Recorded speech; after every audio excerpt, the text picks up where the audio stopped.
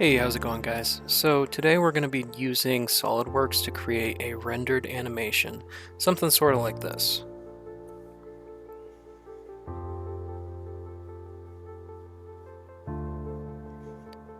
So as you can see, fully rendered, fully animated, and we'll go ahead and get into it right here. So right here I have this part. It's some basic headphones that I made. And what you're going to want to do is you're going to want to right click here, create new motion study. So what that'll do is that'll kind of clear out any motion study you've done in the past. Right here I have one, they're kind of propped up all nice. But right here, under new motion study, what you have is you have what are called keyframes. So this whole timeline here records the exact location of each part. So if we want to create a new keyframe, what we can do, actually, we'll do the lid first. So we'll start it like that. Then we'll scrub to around 1 second and then open it up, something like that. So then we can play the animation. See, the lid opens up. So now what we can do is after that, we can create a new keyframe right there. And we gotta move it just a little bit. So move them up just a tiny bit. And then we'll go to like the 2 second mark. And then we'll drag these guys out like this.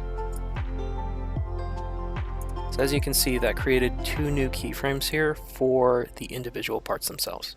So then we'll move forward to like the 3 second mark, and then we will rotate the part.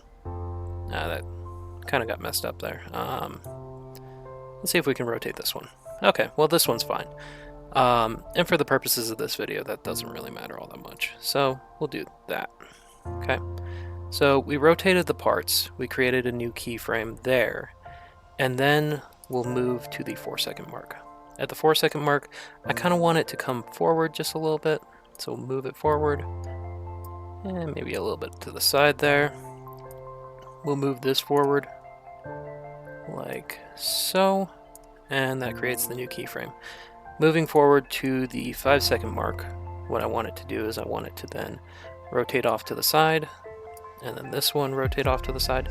This part down here, usually when you recalculate the animation, this actually will snap back, which is why I'm not worried about that. We'll see if it does or not. If it doesn't, then there's probably something wrong with the assembly that we need to fix.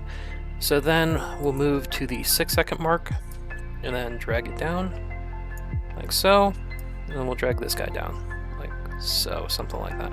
So then we can go to the beginning of the animation and go ahead and play it. So it looks really choppy and terrible right now, but that's okay. What we can go ahead and do is we will save the animation, and that will recalculate the whole animation. So right here, you hit save animation. I like to save it as a MP4, and then save it in videos here. So right here, very important, this changes your frame rate. I like to do about, at the very minimum, 30 frames per second. That way the video looks a little bit smoother. So we can go ahead and save it there. And then this will recalculate it. So you can kind of see it recalculating in real time, and then it'll save the animation. See, that looks better. See right there? See how that's snapped to the part? That's kind of what I thought would happen. So now that we have that saved, I'll go ahead and open it up and show you guys. So as you can see here, this is our animation. Comes out, turns, goes down, and then there you go. So that's the full animation there. Now, if you want to render this, make it look a little bit better, what you need to do is you need to go to SolidWorks add-ins right here, and then select PhotoView 360. So that will give you render tools. Then what you want to do is you want to go here to save animation. You want to select MP4, or at least I like selecting MP4. And then right here, this is what really changes it. So right here, if you go to PhotoView 360, it will render each frame. So for the purposes of this video, I'm not going to actually render it because it takes a long time on my computer, but what you can do is you can go ahead and set the frame rate. I like, for a good smooth render, I like at least 50 frames per second, but you can select that and put it at whatever you want. Once you're done with that, you can go ahead and hit save, and then it's going to recalculate the render again. And there we go. So now you can see right here, it shows you which frame of the render it's on, the time elapsed, and you can kind of calculate how long it's going to take based off of that. I'm going to go ahead and hit cancel because I don't want to actually render this out, but that will go ahead and render out and give you a nice video like I showed at the beginning.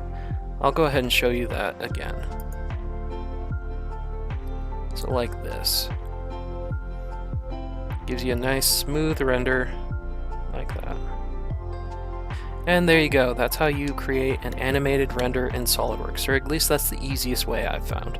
It takes a little bit of time to render, but you know, if you want smooth, clean renders, it'll take you a little bit of time, unfortunately. So if you like this video, go ahead and like the video, subscribe to the channel. I also have a website set up around product development and 3D modeling. You can go ahead and check that out. It's infinitycad3d.com. I really appreciate your view. Thank you for watching. Have a great day.